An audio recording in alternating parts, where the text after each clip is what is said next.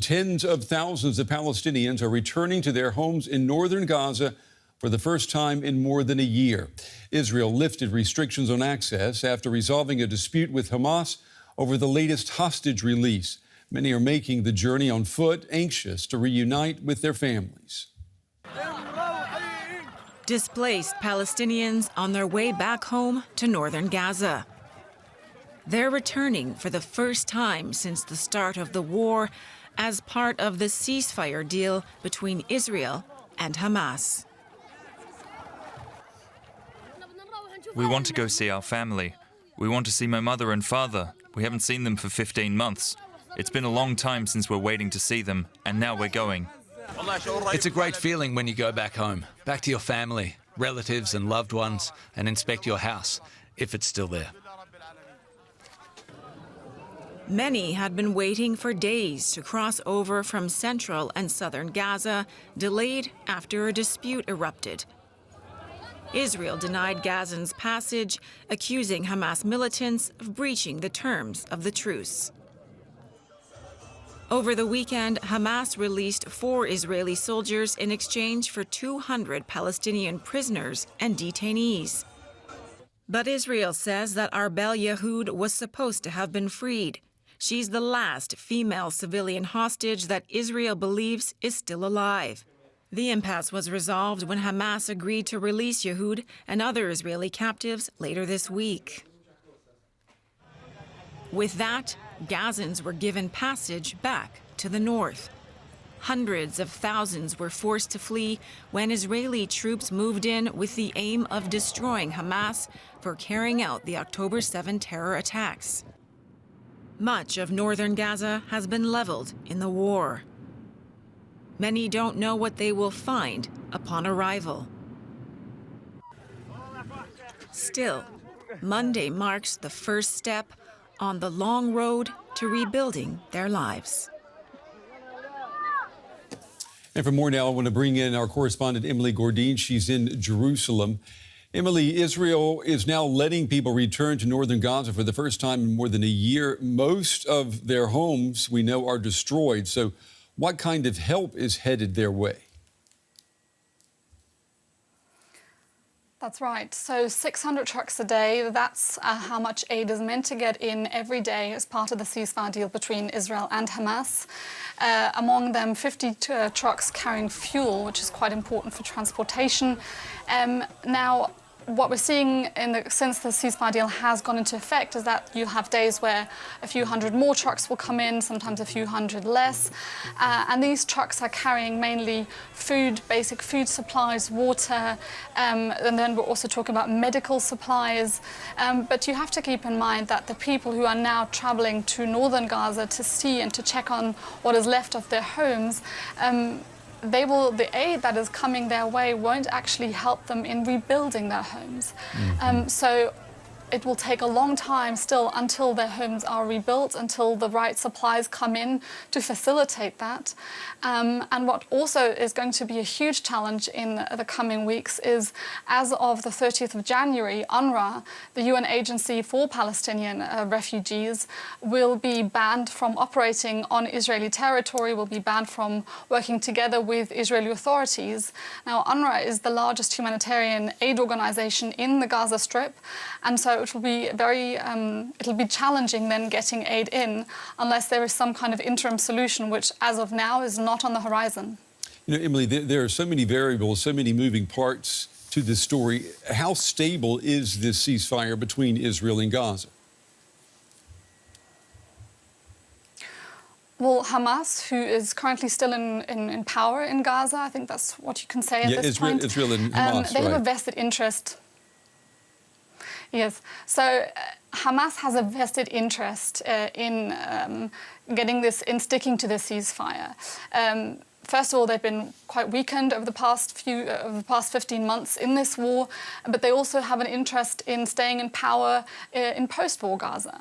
On the Israeli side, you also see that the public, and polls have shown us this over the course of the last few months, they are overwhelmingly in favor of a deal that is now getting them the hostages back, which is what they have wanted for such a long time.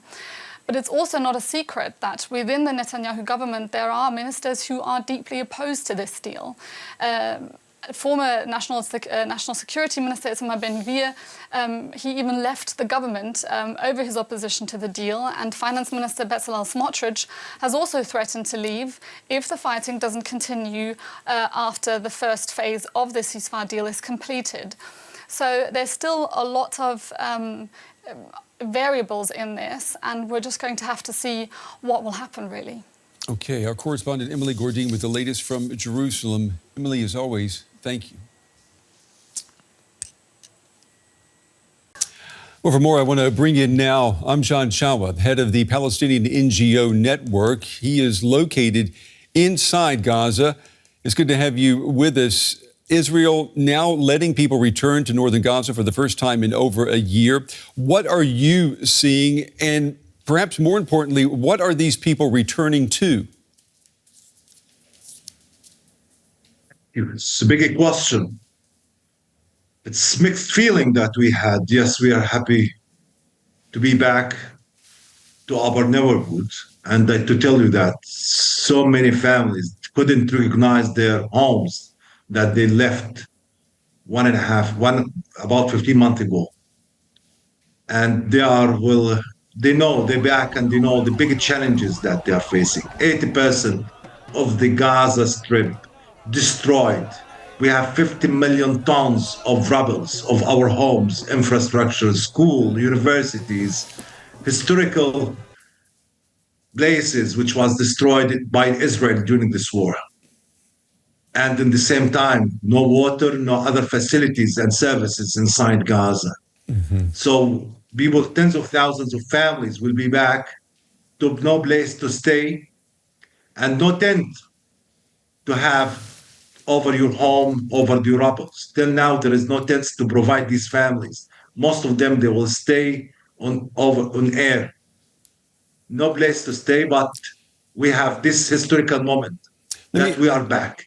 Let me ask you about this is just access. Very important. Let me ask you about getting access to food. Under this truce deal, we understand at least 600 trucks a day have to enter Gaza. I mean, can you confirm, is that happening? Yes, already 4,000 truckload of food and different hygiene items get in Gaza, which is good to cover the deficit that we had along the 15 months of famine, of starvation that we faced by Israel. And now we are distributing them directly to the people, but we have bigger challenges regarding the issue of shelter, regarding the issue of water, the other services. After now, the total population are dependent on the humanitarian aid.